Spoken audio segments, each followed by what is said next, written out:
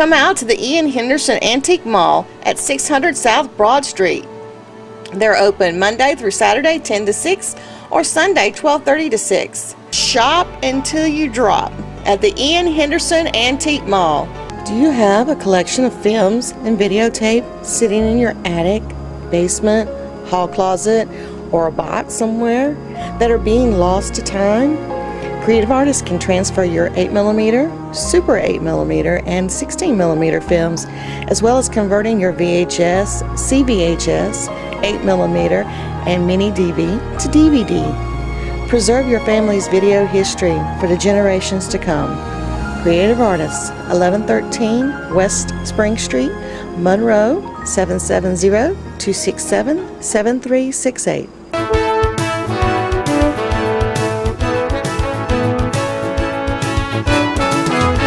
Thank you for coming out today and joining us at our annual steak supper. We are very excited this year to celebrate our athletic teams and the growth of our student athletes and recognize our supporters and thank them for their excellent support throughout the year.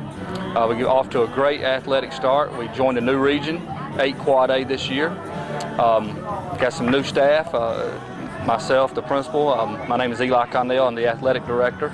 We have a new principal this year, Brian Hicks. Coach Fligg, the head football coach, is doing a wonderful job with the football team, as I'm sure everyone has seen, or I hope you've seen. We had a great game last Friday night against Stevens County. Come from behind win, overcome a 10-point deficit at halftime, showed a lot of grit and character. Got a big game Friday night, in-county rivalry with Walnut Grove. We'll be making the short trip down 81 to go see them. We're excited about playing the rival. You never know what's going to happen. The kids are pumped. I know their guys are pumped. We got a caravan of fans leaving out from over here at 6 o'clock with a police escort, and we're just fired up about it. The community's really rallied behind us. Volleyball, softball just wrapped up. Both of them had real good years. Softball came within one game of going to the state tournament, lost a tough game up at Lumpkin County. Volleyball got put out in the region tournament at Lanier High School. Cross country's getting ready to wrap up here soon, hoping to have a strong showing in region and area. And then we're getting ready to roll right into our winter sports, which will be starting here in the next week or two. So we glad to have everybody out tonight, supporting the kids, the school, the community, all the programs. Hope y'all can come support us also. On a horse, whenever she gets up there.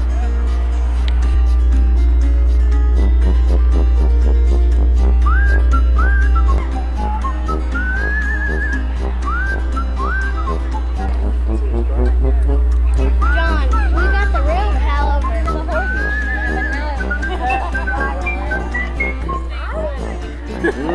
Kind of different. Right, yeah. I mean, to have all these critters and the mules.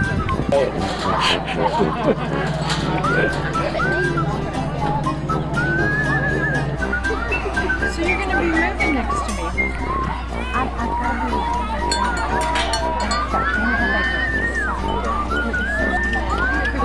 Very nice. Here's the sky. All these bacteria.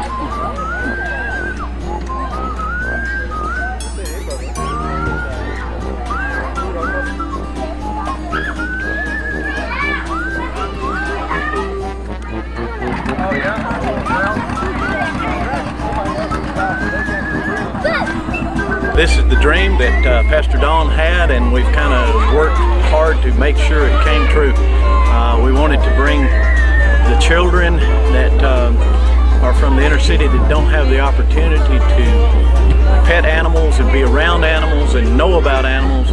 We wanted to get a chance for them to come and see these animals. And today is our second annual Animals and the Kingdom. It's basically put on by what we call the Men's 316 Bible Study. We have a group of men that meet at the IHOP in Monroe every Friday morning at 6:30 for Bible study. And the way the 316 came about is we agreed to pray for each other every day, and we chose a time, and the time we chose was 3:16 in honor of a very important Bible verse, John 3:16. Today is, like I say, our second annual day, and we're so proud to have a large group of people here. We've had, I think, 4 vans come in loaded down. We have horse rides, we have hay rides, we have chance for kids to milk goats and feed baby goats, and we have cows and chickens and geese and ducks, so it's just a great day. We have what they call a bounce house, I think is what it's called, and then we have hamburgers, hot dogs, juice, popcorn, that kind of thing, all free to anybody who cares to come. And God's really blessed us with great weather. This has turned out to be just a wonderful, wonderful day. Hey, you gonna scoop us up some popcorn? Of course, we got Get some milk. You won't go hungry. You can have some cereal for breakfast. I think you that. Don't sit on my milk. You want milk? Here you.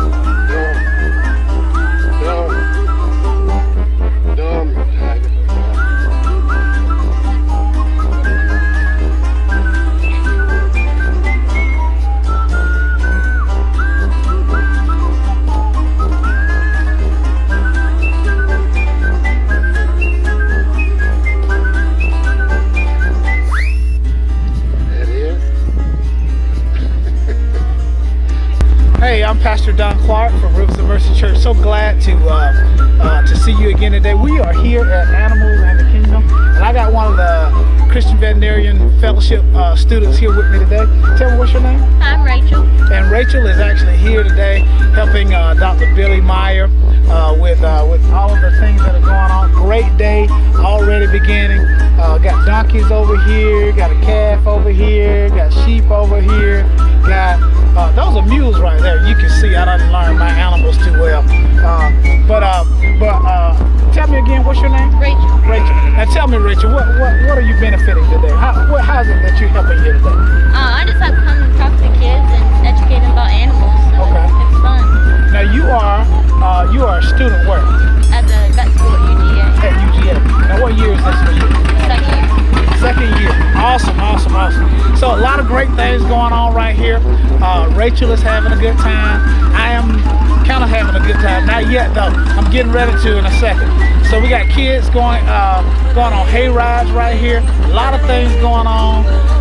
Wish you were here maybe next year. Good? Good, okay. We're so happy today that Dr. Meyer is helping us here at Countryside Animal Hospital. If you have animals that need to be helped and worked on and all that kind of stuff, this is the place to bring them. And I think it's on Mahan Drive. Not sure the exact address. It'll be up on the screen. And look forward to seeing you out here.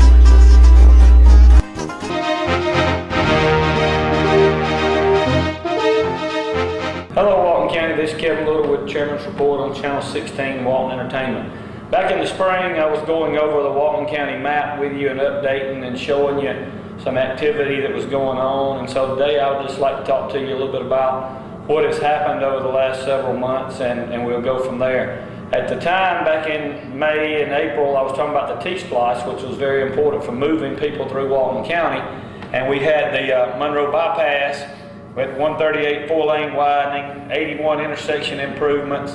The interchange out here at Chick-fil-A and Liberty First Bank was going to be improved, and such as that. But those things voted down by the citizens, so probably there's no likelihood of the next 10 plus years of any of that happening in Walton County. As I told you, if I spoke at many locations, that if you were happy with the road system as it is in Walton County today, to vote no, but if you wanted some more lanes and some more travel ways, to vote yes. So this is what we have. On one part of transportation, we did finally get the Charlotte-Rowell extension approved through DOT. That'll run from Highway 11 at Double Springs, where's the Board of Education, the red light there, run across that field there, come back into 78, right down below Liberty First Bank and Chick-fil-A there. That'll give some north congestion relief out of the city of Monroe. That will, Pittman Construction got that, and they should be starting on it later this year, depending on what the fall and winter season turns into be. So we did pave close to 40 miles resurfacing of roads in Walton County this year, just various roads all over the county, and that's generally what we always do, 30 to 40 miles a year, transportation-wise. We did open up the Bessie Cooper Bridge on New Hope Church Road. That was a splash project that we combined the 2001 and 2006 splash to redo that bridge over the Alcovey River. And we were fortunate to be able to name it for Miss Bessie Cooper, the oldest living person in the world. We're excited about that. So that's the transportation issues that are there. Hard Labor Creek, what I talked to you about several times, is kind of a northeast of Social Circle. We did get the funding for that reservoir, and we will be letting contracts for grubbing and clearing and dam construction and roadway moving sometime later this year as we get into November and December of the year. As I touched on the water before, the Roy Varner Reservoir, Cornish Creek is over in Newton County, which just floods up a little bit into Walton County, and the Briscoe Reservoir is north of Monroe, just out of town here. That's the closest water systems that we have that can supply us with water. But we're looking now at maybe bringing Hard Labor Creek on sometime 2015, 2016, and that will be another water source that we'll be able to have. Walton County grew from 1990 at 36,000 to 2000. The census in 2000 was 60,000. In 2010, we were 83,700. So Walton County continues to grow as you see people move from the Gwinnett area and the Rockdale area into Walton County, basically on the western side of the county, and so some of those services over that way will be needed more. We're currently working with Walnut Grove on a sewer system right now that will cover some of the 81 corridor and a little bit of the 138 corridor to try to enhance what's going on that way with the proximity to I-20 and the growth there. We are currently working with Loganville on several projects as well as Monroe and Social Circle. We got a good relationship with all the cities as well as the school board in Walton County, and it means a lot to be able to do that, to be government leaders and all can sit down and work with your tax dollars and get the best results for it. If you have any questions or concerns, give me a call, 770-267-1316. Thank you.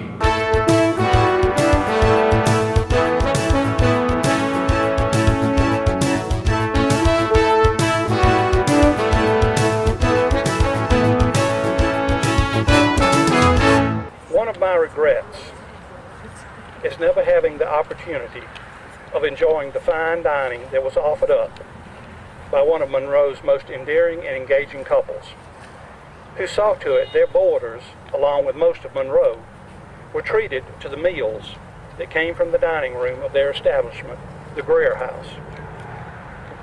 The steps leading to the legendary boarding house began in 1913 when Miss Bessie Moore arrived in Monroe to operate the old Walton Hotel. A year after her arrival, she met, dated, and married Joseph K. Greer in 1914. When the Walton Hotel ceased its operations to house business offices, the Greers decided to strike out on their own, opening a business that catered to travelers and newcomers to Monroe. The first Greer House opened in 1920 on South Broad Street. When that structure was destroyed by fire, the Greers moved up Broad Street to the old John T. Robertson home. In 1922, the business moved to the old E.M. Williams property on East Spring Street. When the old E.P. Nowell house on Broad Street next door to the Robinson home became available in 1930, the size of the building was more spacious, along with an area for parking, and they were back on Broad Street. The Greers moved for the final time into what most of the older contingent in Monroe now remember. The Greer House not only served as a haven for travelers and residents, but as a general meeting place for business meetings, social events, and school functions. and where there are meetings and social events, you usually find food. Besides serving food to the residents of the boarding house, on Sunday afternoons immediately after church, the front doors would be open to the Monroe community for them to enjoy lunch. I feel sure there are still some in town who can remember standing in line on the sidewalk or the front porch waiting for a table in the dining room.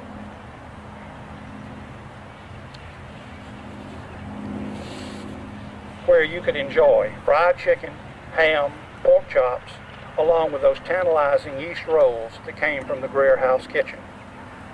I have been told that Mrs. Greer was one fine cook whose culinary creations received attention and praise far and wide.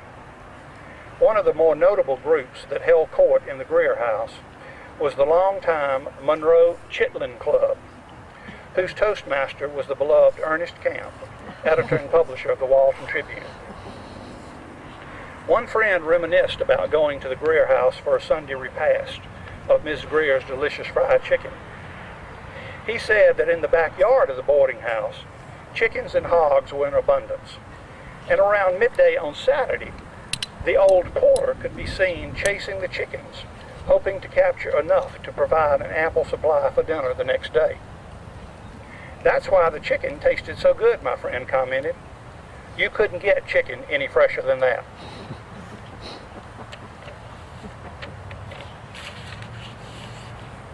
While Miss Bessie tended to the kitchen and oversaw the upkeep of the room upstairs, Joe Greer tended the front desk and made sure the downstairs was ready to receive whatever groups wanted to reserve the various rooms for meetings. Joe always knew what rooms to place the right groups in and what the group's inclinations were for the proper beverage to be served for the group. After all, certain priorities must be followed. Both Mr. and Ms. Greer were well loved and respected for the services they provided for the Monroe community.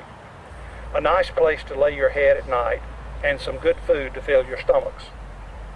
Life doesn't get much better than that. At least back then it didn't. When Bessie Greer died on Saturday, March 15, 1947, at Crawford Long Hospital in Atlanta, at the age of 68, an important part of a successful husband and wife team came to an end. Tribune editor Ernest Camp, longtime friend to both, said in his eloquent obituary of Mrs. Greer, "Thousands of transients, part-time residents, and permanent citizens of this community have partaken of the hospitality there. The Greer House was an integral part of Monroe. Her energy was boundless, and she never waited to be called upon whenever anyone needed assistance or when some civic movement required support. She devoted her life to others and was a ministering angel, always looking for opportunities for unselfish service. She was, in the broadest sense of the word, a public benefactor whose life was a beautiful symbol for all that was good, generous, and noble." Mrs. Greer's funeral on Monday, March 17, 1947, at the First Baptist Church, was one of the largest funerals to date. Reverend J.L. Drake officiated, assisted by Reverend J.W. Seegers. Seemingly lost without his partner for so many years, Joe Greer continued to operate the boarding house until January of 1955, when ill health finally forced him to close his doors to the public.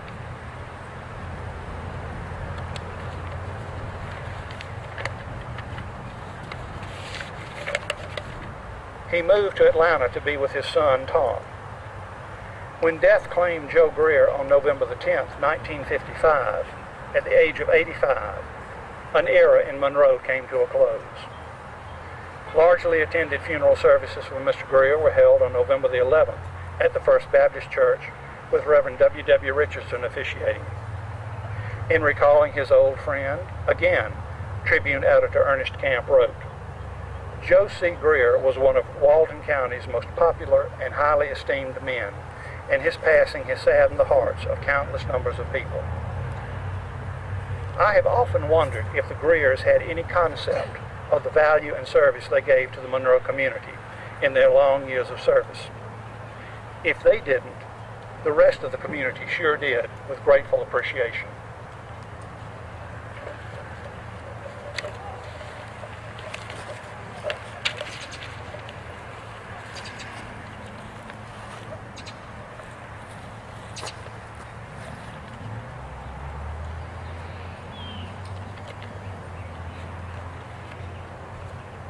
While his parents were noted for their community endeavors in Monroe, Michael Greer, their son, went a step further. He had the distinction of being known in the New York Times and Atlanta papers, as well as his hometown paper. He was well known in New York, Washington, and California society circles as he was in Monroe. He left his hometown to achieve great success and acclaim as an internationally known interior decorator and designer, but not under the name he was born with. Joseph K. Greer Jr.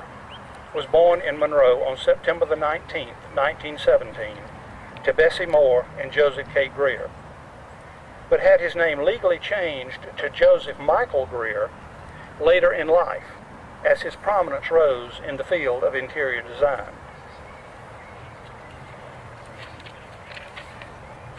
As a young boy growing up in a boarding house surrounded by people from all walks of life, it's easy to see where he developed his charm and ease around people. His penchant for entertaining at lavish parties and soirees possibly came from being amidst these early gatherings in his parents' boarding house. From an interview with a reporter in 1969 about growing up in a small town, Michael replied, "I enjoyed growing up in Monroe. It was a nice, quiet town. I have always been fascinated by the way people live, and I began to early on to observe the way things were done in the homes in Monroe." Michael graduated from Monroe High School, attended Emory at Oxford, and transferred to Furman University, where he graduated in 1939. Leaving Furman, he entered the University of North Carolina to do graduate work. Speaking to another reporter reflecting on his years at Furman, he recalled, "Originally, I wanted to be an architect, but was poor in math. So I took a course in interior design to be close to a girl I was dating. I was the first boy ever to take on such a course on the girls' campus." During his sophomore year, he studied interior design under Catherine Calhoun. After becoming her student, Calhoun saw in Michael raw, untapped talent waiting to bloom. Charles Sapp Funderburk, a fellow student who became a close friend, went on to become a benefactor and major supporter at Furman. As a tribute to his contributions to Furman, Michael was asked to design and furnish a public reception room in McAllister Hall, which he happily agreed to do. Before graduating from Furman, he redecorated the house of his fraternity, the Kappa Alpha House. Wanting to leave a lasting monument to his artistry at the university, he designed and created the Greer Memorial Fountain as a tribute to his parents, which was dedicated on October the 3rd, 1963. Made of marble and bronze, the fountain continues to be in use today.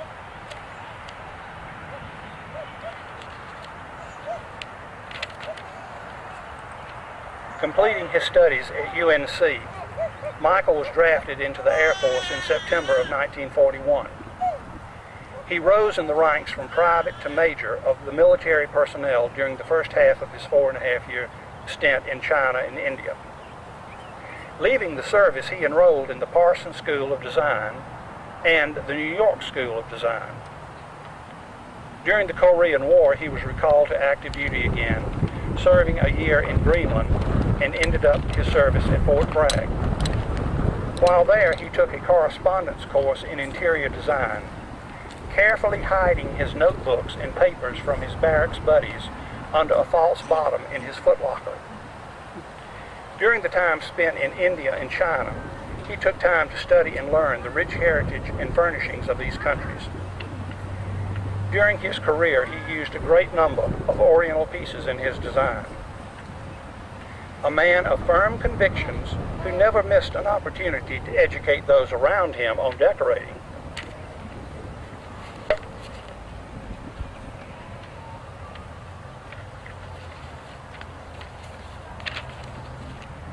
A typical Greer comment on Chinese porcelain goes like this: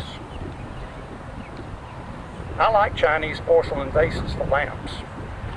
One of my pet peeves is to hear anyone use the word China in reference to an article, because China is a place.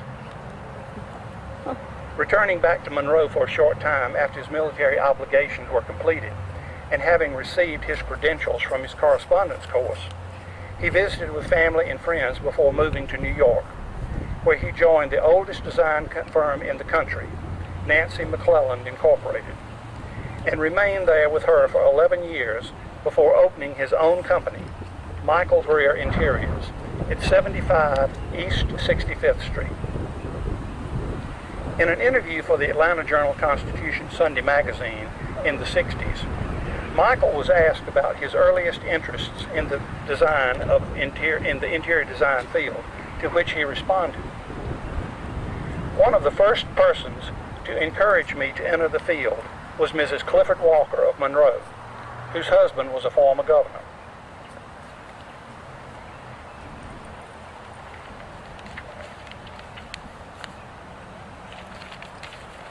One of my earliest decorating jobs was for my aunt, Mrs. John T. Stowers, whose husband was a prominent Monroe businessman. When Mrs. Stowers died, she possessed a large number of antique heirlooms, many of which came from her nephew's suggestions and as gifts from him. Another Monroe home he decorated was that of his close friend, Miss Henry Titchener, along with the Atlanta home of his brother, Tom Greer. Michael was one of the founders and early presidents of the National Society of Interior Decorators.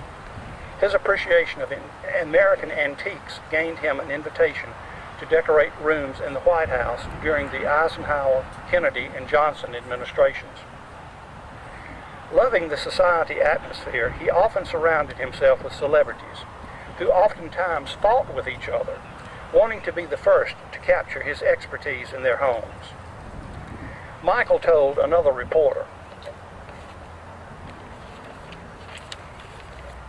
"I love to entertain, especially for people of accomplishment. It was from these dinner parties and gatherings he hosted in his New York apartments that provided him the clients who wanted their homes to reflect the Greer look." Books were an important passion of his, and he read as often as his busy schedule permitted. The Monroe Walton County Library was the recipient of many books in memory of his parents during his life. When the library was housed in the old post office building, now the Monroe Art Guild, a large number of books given to the library by Michael were displayed in appreciation for his generosity. Possessing a fertile and active imagination, much of it gained from what he read, he was often in demand as a lecturer, and his audiences were delighted with his flawless, undeviating tastes as he peppered his talks with decorating tips, wit, and humor, always to speak his mind no matter what the occasion.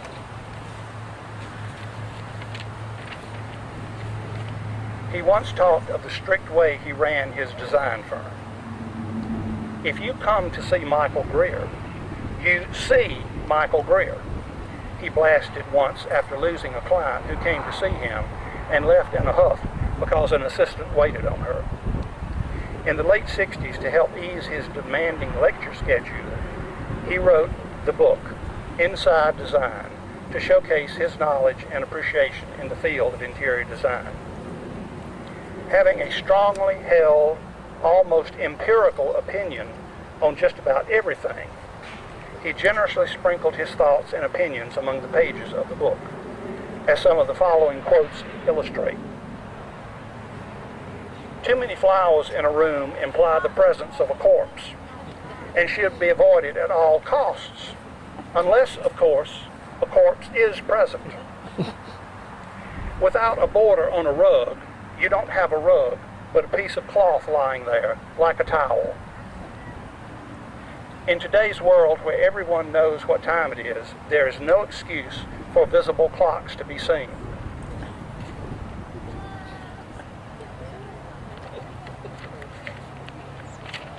Unless they help to ornament the room in which they are visible.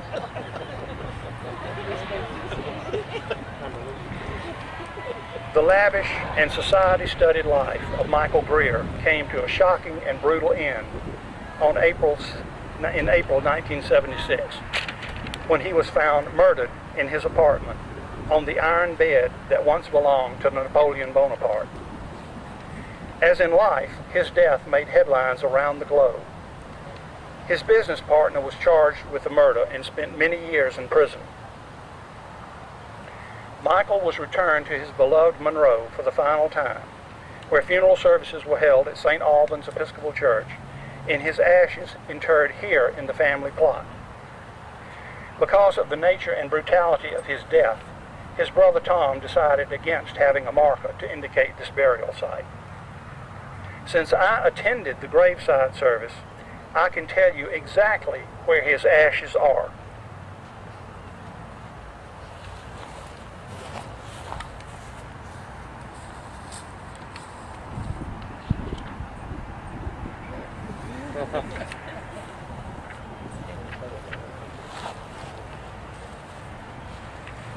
Right here. There are still people in Monroe who remember Michael Greer as an elegant, sophisticated, outspoken Southern gentleman.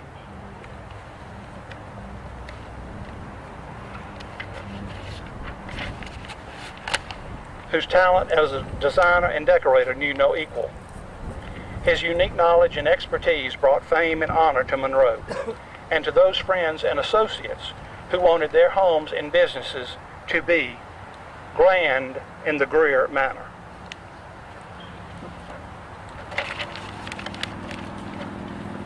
Our next visit is going to be with Ernest Camp. Regardless of its size, is one business which keeps the residents and citizens current on the news and events of the community. The voice of the town, if you will, the local newspaper. Stanislaw Lech once mused, "The window to the world can be covered by a newspaper." Monroe has seen many newspapers come and go since its founding in 1818. One of the 10 other newspapers, whose light burned brightly and flickered out, thanks to the ingenuity, determination, and dedication of a young man new to town from Swainsboro by the name of Ernest Camp, the Walton Tribune, founded on February the 19th, 1900, remains today, in its 112th year of service, Monroe's official voice of the county.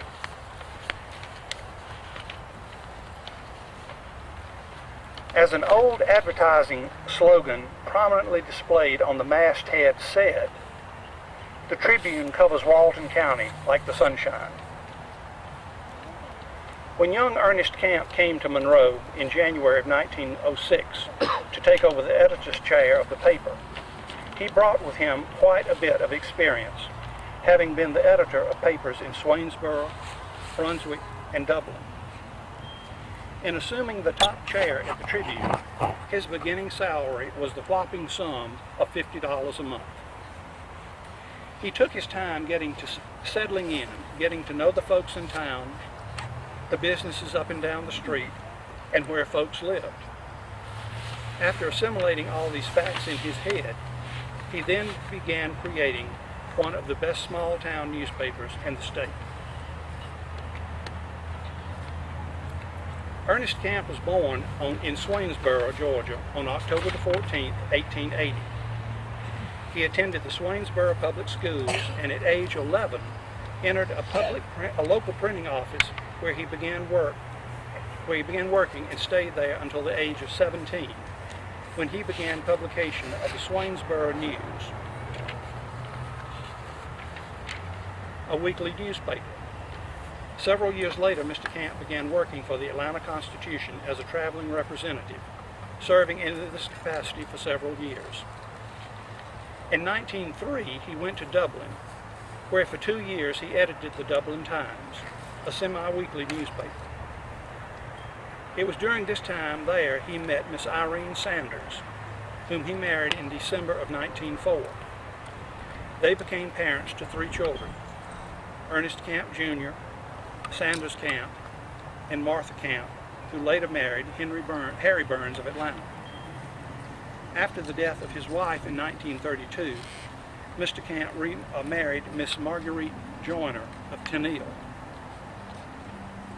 In 1905, Ernest Camp moved to Brunswick, where he succeeded the late Sam W. Small as editor of the Brunswick Journal, and moved to Monroe in 1906 to become editor and publisher of the Walton Tribune, which he later purchased.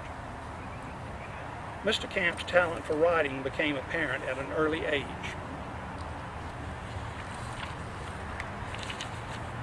When his poems, which were later to earn for him the title of the Wiregrass Poet, began appearing each week in the Swainsboro paper where he worked.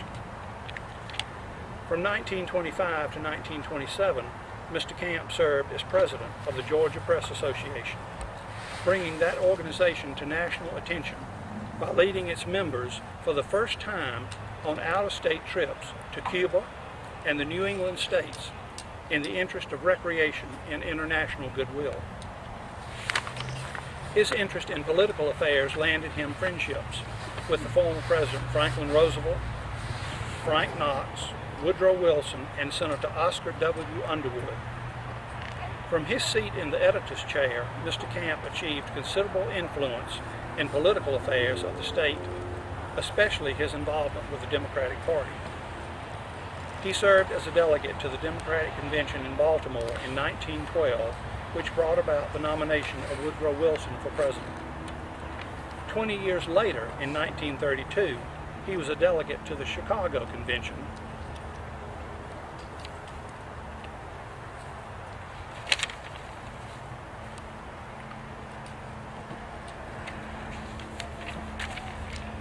That nominated Franklin Roosevelt to office. Ernest Camp's poems, stories, and sketches were published in many newspapers and periodicals, and for a number of years he was a staff contributor to the Atlanta Sunday American.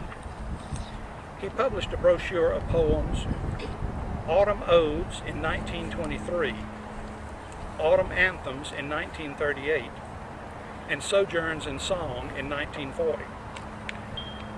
His poetry was so well received by his friends and followers, he was named Poet Laureate of the Georgia Press Association. The Walton Tribune was the first weekly paper in the state to carry a front-page personal column written by the editor.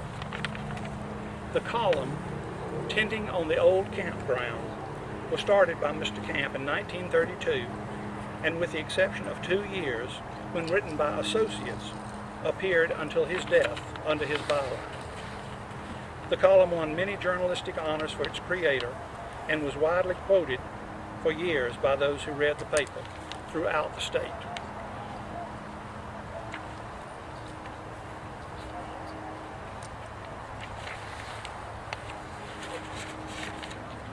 The final column written by Mr. Camp appeared the week before his death, with the lead article being devoted to October, his favorite month of the year, which was also recalled in his poems reflecting the beauty and color of this time of year. And here we are, 2 days shy of the 55th anniversary of his death, as we pay tribute to him on this beautiful, crisp autumn day. Ernest Camp died on Tuesday, October the 22nd, 1957, at the Walton County Hospital from a heart condition. Funeral services for the beloved editor and publisher and poet were held the next day from the First Baptist Church, with longtime friend Dr. Walter S. Robinson officiating, assisted by the Reverend W. W. Richardson. The exceptionally large attendance for Mr. Camp was visible testimony to the esteem and affection Walton County and the state held for this man. Although his gentle voice and pen were stilled, The ink that ran in his veins were passed along to sons, Ernest Jr., Sanders, and grandson Randy.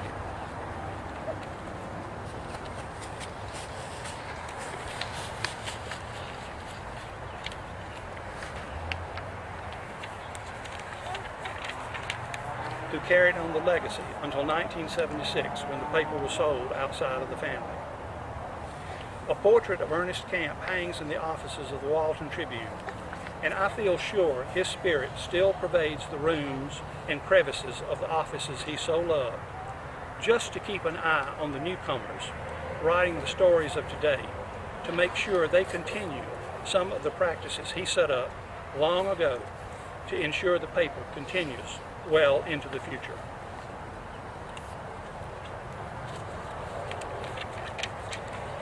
Our next visit is going to be with Ed Caldwell. Back that way.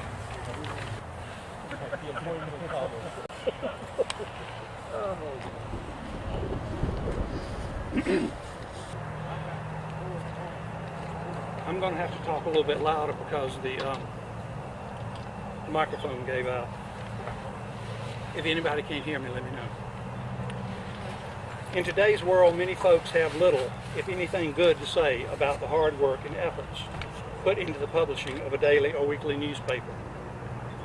Herbert B. Bayward Swope once wrote, "The first duty of a newspaper is to be accurate. If it be accurate, it follows that it must be fair."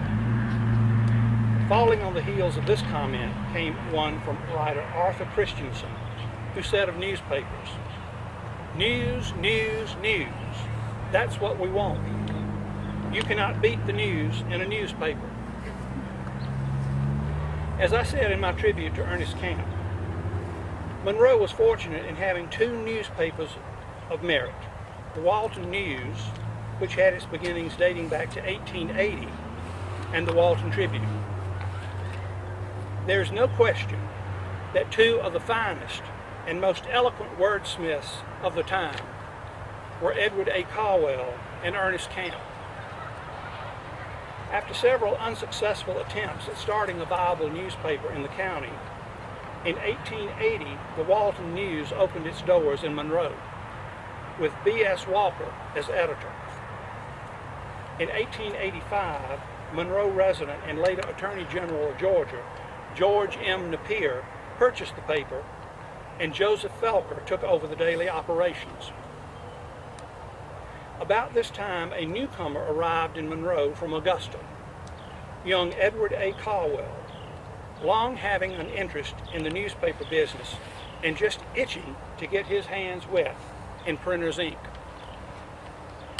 Son of the late James Monroe and Rebecca Jane Maughan Caldwell, native South Carolinians, who later moved to Augusta, Ed Caldwell arrived in Monroe at the perfect time, finding Mr. Felker with his hands full running the Walton News and wanting to yet start another paper. With the assistance from Mr. Felker, Ed Caldwell began the Walton Messenger, the county's first semi-weekly newspaper, on February the 5th, 1897. This job began what was to become a long career in journalism, lasting well over half a century. The cost of a year's subscription to his paper was $1 silver. In 1899, the Walton News and the Monroe Messenger were merged under the name the Walton News and Messenger.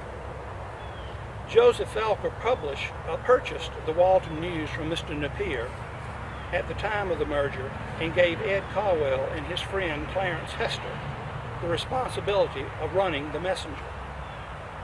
Sometime after the merger of these two papers, the name Messenger was dropped from the title and it was renamed the Walton News. In 1906, Mr. Caldwell and Mr. Hester purchased the News and erected a building on East Spring Street, later occupied by the Georgia Continental Telephone Company as their offices and plant. This building is now owned by the son of the late J.E. Briscoe, a Monroe attorney. The Walton News was published continuously until its consolidation with the Walton Tribune in 1951. Bringing immense joy to his life, on June 10, 1903, Mr. Caldwell married Miss Katie Trout of Pendergrass, Georgia, which provided 2 children, daughter Evelyn Ebo Caldwell and son Hope, who died at age 14 in 1925. Daughter Ebo worked for her father at the newspaper, serving as the society editor along with writing columns on Monroe for a period of years. While retaining the title of editor during his lifetime, Mr. Caldwell was also active in the Monroe Methodist Church and was licensed as a local preacher. He went wherever there was need to officiate at a wedding or a funeral, never asking for payment, even when the journey was long and difficult. His friends and those in need always came first for Ed Caldwell. After the death of his son, Mr. Caldwell organized in Monroe the Young Men's Christian League to provide a Christian organization for the young men of the community. Ed Caldwell was a charter member of the Monroe Kiwanis Club, also having served as its president. He held one of the longest continuous attendance records of note and never missed a meeting unless due to illness. Holding the editor's chair at his paper for over 50 years, Mr. Caldwell knew practically everyone in Monroe and many folks out in the county from his role as a preacher. He kept a small notebook in his shirt pocket and a stubby pencil to record events and conversations with his friends that found their way into the various columns and articles he wrote. He was a tireless advocate for Monroe and the county, giving his time and energies freely wherever he felt they were needed and appreciated. Being the wordsmith he was, when he was called upon to offer up a wedding prayer for a couple beginning their life together, or a eulogy in hopes of getting a friend into heaven, his daughter Ebo said laughingly of her father, "If Papa can't do it, nobody can." Many folks kept copies of his obituaries he wrote for the Walton News because of his eloquence with words and phrases. A series of strokes ended the long, word-filled life of editor Ed Caldwell at age 79 on Monday, June the 23rd, 1952. His funeral was conducted on Tuesday, June the 24th, from the First Methodist Church to a capacity crowd. The sanctuary could not hold all the floral offerings that were sent in tribute. A story circulated around town the day of the service that ministers George L. King and J. L. Drake were not really needed because Editor Caldwell had written out his own eulogy and only needed someone to read it. So certain he was of his words, he felt that with the right speaker, his chances of getting through those pearly gates was a sure thing. I hope he was right. Our last visit is going to be with Mr. Charles Trudoni, all the way up the hill. Okay. I have been told on more than one occasion that Monroe has always had some of the finest eating establishments of anywhere around. Whether it be a hamburger joint, such as the late Perry Garrett began back in the 40s, or one of the more refined restaurants that line Broad Street and other venues scattered about town. Every citizen could always be assured of finding the perfect place to satisfy their appetites. One of Monroe's earliest restaurants began with the arrival of Greek native Charles Arthur Trudoni when he opened his Manhattan Cafe, which for 41 years was a landmark on Broad Street and among North Georgia eating circles. A man of strong ambitions and enduring goals, Mr. Trudoni taught himself to speak and write English shortly after he landed in New York. in 1904. Always a strong believer in the American way of life, he and his wife had the distinction of sending 5 children to the University of Georgia, where each one graduated. Mr. Charlie, as he liked to be called, came to Monroe in 1914 from Manchester, New Hampshire, where he had resided since 1904. In 1911, he traveled back to his native land to marry a hometown girl, Rena Pappas, in 1912. After his marriage, the couple went back to New Hampshire, where he started in the restaurant business before moving to Monroe. Charlie Trigoni was known by his friends for faithful and beautiful performance of his religious obligations. He was a member of the Greek Orthodox Church since early childhood. He watched his own church parish in Atlanta grow from less than 100 to several thousand communicants during the time he lived in Monroe. Since he and his wife were not able to travel to Atlanta on a weekly basis to attend the church, they became part-time members of the First Baptist Church in Monroe, where they endeared themselves to the entire church congregation. Throughout his years as a Monroe restaurateur, Mr. Charlie enjoyed a wide and large popularity among those who enjoyed good food. He was considered a top culinary artist, and his place of business in the old Nunley building on Broad Street served as an extension for a supermarket at the time of his retirement in 1955. After he left his apron and cooking utensils behind, he began using other tools akin to gardening, as he created a wonderful garden behind his home on Highland Avenue, cultivating flowers, herbs, vegetables, and other delights he happily shared with his friends and neighbors. Folks of that era knew when Mr. Charlie came calling with a basket of vegetables and fruits from his gardens, they would be the best that could be found. For some years, there seemed to be a friendly competition between Mr. Charlie and Mendel's as to who got what from whom when it came to procuring various ingredients for the Manhattan Cafe. It was told to me that on more than one occasion, some of the Mendel family had been seen enjoying a hearty meal at Mr. Charlie's establishment, complete with plenty of beverages along with jovial conversation. My father, also a connoisseur of good food and drink in his own right, was a frequent patron of Mr. Charlie's along with my grandfather. My father once told me that it was always a treat sitting between Mr. Charlie and my grandfather as they tried to out-talk and out-revel each other with their stories and tales, which were fueled by tall, cold glasses of brew. Those must have been good times. Those friendships forged over the years were remembered and treasured by Mr. Charlie, for when he died, my father served as a pallbearer at his funeral. Death claimed Mr. Charlie in his sleep Saturday morning, May the 22nd, 1961, in his 75th year, gently stopping the beloved old gentleman's heart as he slept. Largely attended funeral services were held at the Trigoni home on Sunday, May the 28th, with the priest from his Greek Orthodox Church in Atlanta presiding over the final rites.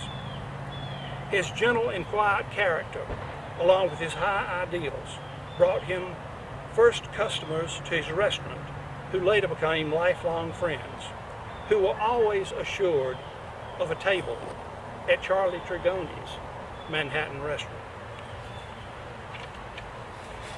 And now, as we bid farewell to those whom we have visited and gained a glimpse into why they were special in their own roles, adding more heritage to Monroe's history, I want to leave you with a thought. No one is ever really gone as long as their memory lives on in you. Thank you very much.